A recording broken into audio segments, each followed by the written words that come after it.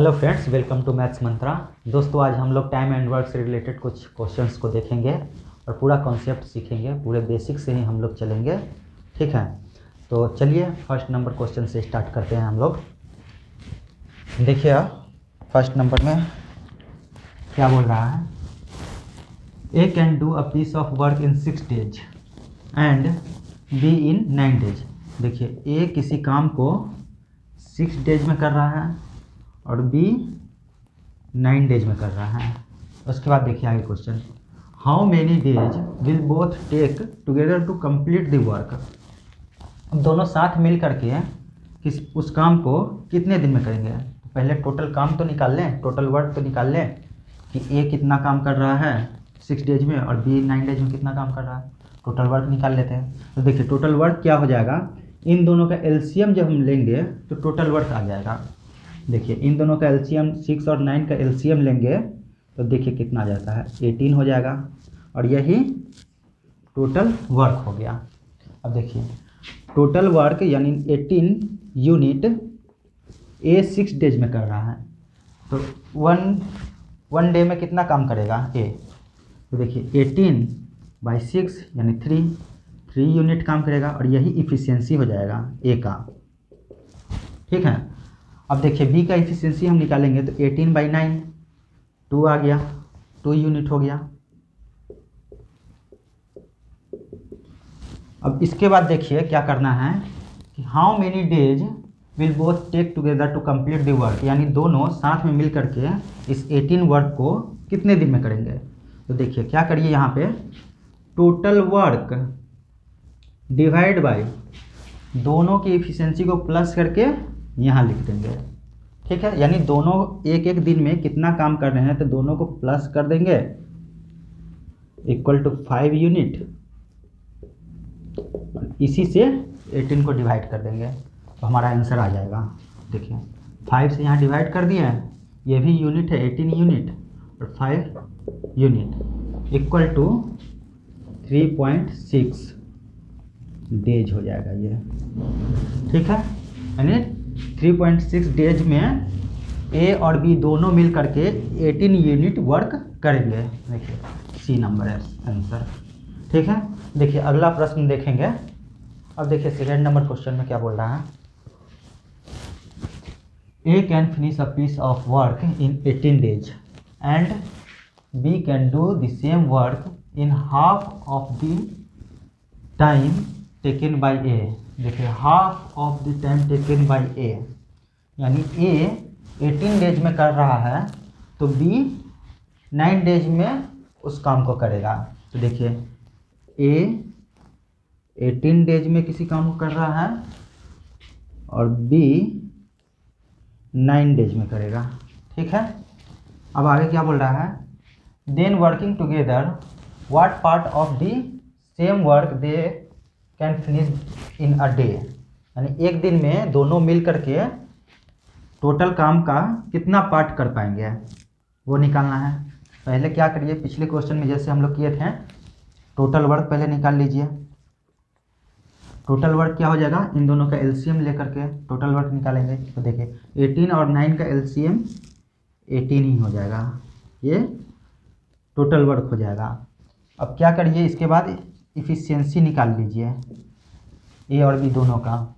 देखिए 18/18 तो 1 हो गया इफ़िशियंसी इसका, और 18/9 तो 2 हो गया बी का इफ़िशियंसी, ठीक है।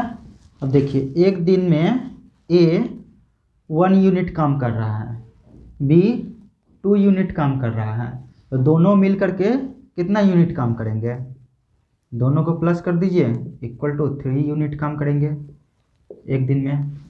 अब पूछ रहा है कि यही 3 यूनिट कितना पार्ट है 18 यूनिट का, ठीक है। ये 3 यूनिट कितना पार्ट है 18 यूनिट का। क्या करिए, 3 यूनिट डिवाइड बाई 18 कर दीजिए, ठीक है। यही तो करते हैं। तो उसके बाद देखिए इसको कैंसिल कर दीजिए, क्या हो जाएगा 6, 1/6 पार्ट दोनों मिल करके एक दिन में टोटल वर्क का करेंगे, ठीक है। तो ये देखिए ए नंबर है सर, चलिए अब अगला प्रश्न देखेंगे हम लोग। अब थर्ड नंबर एग्जाम्पल देखिएगा। देखिए इसमें क्या बोल रहा है, A and B can do a piece of work in 10 days, B and C in 15 days, C and A in 20 days। ठीक है। अब उसके बाद क्या बोल रहा है कि C alone can do this work in how many days, यानी सी अकेले कितने दिन में टोटल वर्क को करेगा। तो पहले क्या करिए, देखिए इस सवाल में स्टेप बाय स्टेप देखिएगा कैसे हम इसको सॉल्व करते हैं, वो देखिएगा स्टेप बाय स्टेप। देखिए ए प्लस बी दोनों मिल करके किसी काम को 10 days में करता है। ठीक है। उसके बाद बी और सी दोनों मिल करके 15 days में कर रहा है। उसके बाद सी और ए मिल करके 20 days में कर रहा है।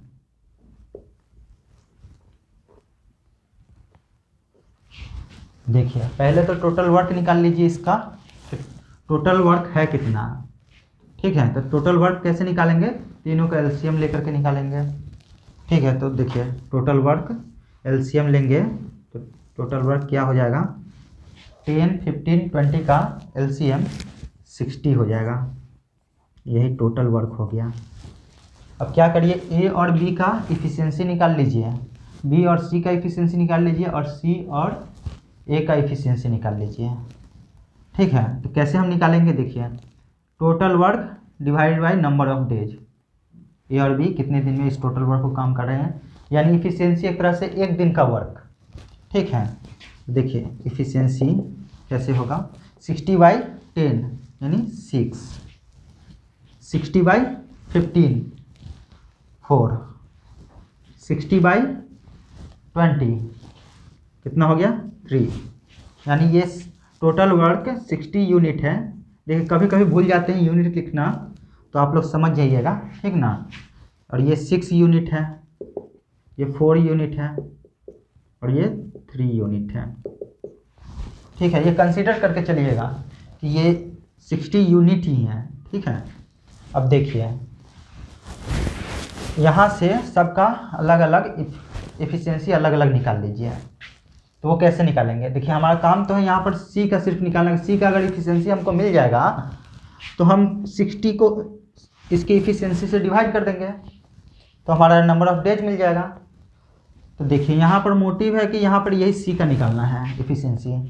तो देखिए कैसे निकालते हैं, अगर ए प्लस बी का efficiency plus B plus C का इफिशियंसी और प्लस सी प्लस ए का इफिशियंसी सबको प्लस कर देते हैं तो कितना हो जाएगा, 6 + 4 10 + 3 13। देखिए, और देखिए यहाँ पे ए 2 टाइम्स है, बी भी 2 टाइम्स है और सी भी 2 टाइम्स है। तो ऐसे लिख सकते हैं 2 times of A plus B plus C equal to ये 13। देखिए यहाँ से A plus B plus C equal to 13/2 आ गया। अब देखिए ए प्लस बी का इफिशियंसी क्या है, 6 यूनिट है, और यहाँ पे देखिए A plus B plus C का इफिशियंसी 13/2 है। तो यहाँ से सी का हम निकाल सकते हैं इफिशियंसी। देखिए सी का इफिशियंसी कैसे निकलेगा, 13/2 और ए प्लस बी का 6 है तो उधर जाएगा, इस साइड जाएगा तो -6 हो जाएगा। यहाँ से सी का इफिशियंसी आ गया हाफ। अब क्या करिए, अब देखिए सी अब टोटल वर्क 60 यूनिट है तो इसको कितने दिन में करेगा। क्या करिए, टोटल वर्क डिवाइड बाय इसकी एफिशिएंसी से कर दीजिए। देखिए 60 डिवाइड बाय 1/2, यहाँ पे आ जाएगा आपका आंसर 120 डेज, यानी सी 120 डेज में 60 यूनिट वर्क कर रहा है। यहाँ पे बी नंबर आंसर हो गया। ठीक है, अब देखिएगा अगला क्वेश्चन देखेंगे इसी तरह से। अब 4th नंबर एग्जांपल देखिएगा। देखिए क्या बोल रहा है इसमें, 8 men can do a work in 12 days। After 6 days of work 4 more men engaged to finish the work. In how many days would the remaining work be completed? देखिए, इसको solve करने से पहले एक कॉन्सेप्ट सीख लीजिए। क्या है? देखिए, M1 E1 D1 H1 W1 equal to M2 E2 D2 H2 by W2। इसी कॉन्सेप्ट को यूज करके इस क्वेश्चन को सॉल्व करेंगे। देखिए, यहाँ पे M क्या डिनोट कर रहा है? नंबर ऑफ पर्सन में मेन, वुमेन, चिल्ड्रेन कुछ भी हो सकता है। और E इफिशियंसी को डिनोट कर रहा है, और D नंबर ऑफ डेज को, और H टाइम आवर्स में या मिनट में या सेकेंड में, जो भी हो, जो भी गिवन है। एंड एच मान लीजिए कि एक, जैसे यहाँ पे है इस क्वेश्चन में कि 8 man can do a work in 12 days, और इसमें ऑर्डर रहता कि एक दिन में वो 6 घंटे काम कर रहा है या 8 घंटे काम कर रहा है। तो इस तरह से अगर दिया रहता तो इसका भी यूज आता है, लेकिन अभी तो यहाँ पे इसका एच का यूज नहीं आएगा, ना ई का भी यूज नहीं आएगा, क्योंकि इफिशियंसी के बारे में भी कुछ नहीं बताया गया है।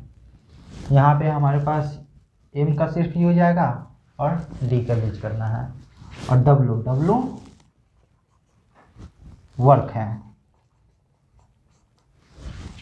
कितना वर्क किया है, हाफ किया है, 2 हाफ किया है या टोटल किया है। अगर टोटल करेगा तो 1 लिख देंगे, अगर हाफ करेगा तो हाफ, 2/3 करेगा तो 2/3, इस तरह से लिख देंगे। ये है कुछ। देखिए, इसी कॉन्सेप्ट पे इसको सॉल्व करते हैं। देखिए क्या है, देखिए 8 man can do a work in 12 days after 6 days of work. 8 आदमी मिल करके 12 डेज में काम कर रहा है। जब 8 आदमी स्टार्ट किया वर्क, ठीक है, तो 6 डेज बाद 4 और मैन आ जाते हैं काम करने के लिए। तो ये 8 आदमी 6 दिन में कितना काम कर चुका होगा? हाफ कर चुका होगा, हाफ वर्क कर चुका होगा 8 आदमी मिल करके, और ये 6 डेज में किया है, 6 डेज में किया है। अब क्या है कि अब 6 डेज बाद अब कितने आदमी हो जा रहे हैं? 8 + 4 12 मैन हो जा रहे हैं। इनको कितना अब काम करना है? तो हाफ ही करना है। हाफ तो हो चुका है, ये 8 मिल करके 6 दिन में कर दिए हैं, तो बचा कितना? हाफ वर्क और बचा। तो इसको कितना दिन में करना है वही पूछ रहा है। तो देखिए, इस फॉर्मूले में डालते हैं इसको। देखिए 8 आदमी मिल करके, तो 8 × इफिशियंसी कुछ दिया नहीं है तो नहीं लिखेंगे। अब देखिए डी, ये कितना दिन में कर रहा है? 6 डेज में कर रहा है, 6। और आवर्स के बारे में कुछ नहीं बताया गया है, तो आवर्स को भी नहीं लिखेंगे। डिवाइड बाई कितना वर्क कर रहा है 6 डेज में? हाफ वर्क कर रहा है, तो हाफ वर्क कर रहा है इक्वल टू, अब देखिए यहाँ से अब लिखेंगे M2, यहाँ पे कितना हो जाएगा? 12, M2 12 हो जाएगा, 12 हो जाएगा। ई के बारे में कुछ नहीं बोला है, डी यही तो हमको निकालना है, तो डी हो गया यहाँ पे, D2 मान लीजिए। आवर्स के बारे में कुछ नहीं बोला है। और W2, अब ये 12 आदमी मिलकर कितना काम कर रहे हैं? हाफ कर रहे हैं, तो हाफ वर्क कर रहे हैं। अब इसी को सॉल्व कर दीजिए, यहाँ से नंबर ऑफ डेज आ जाएगा।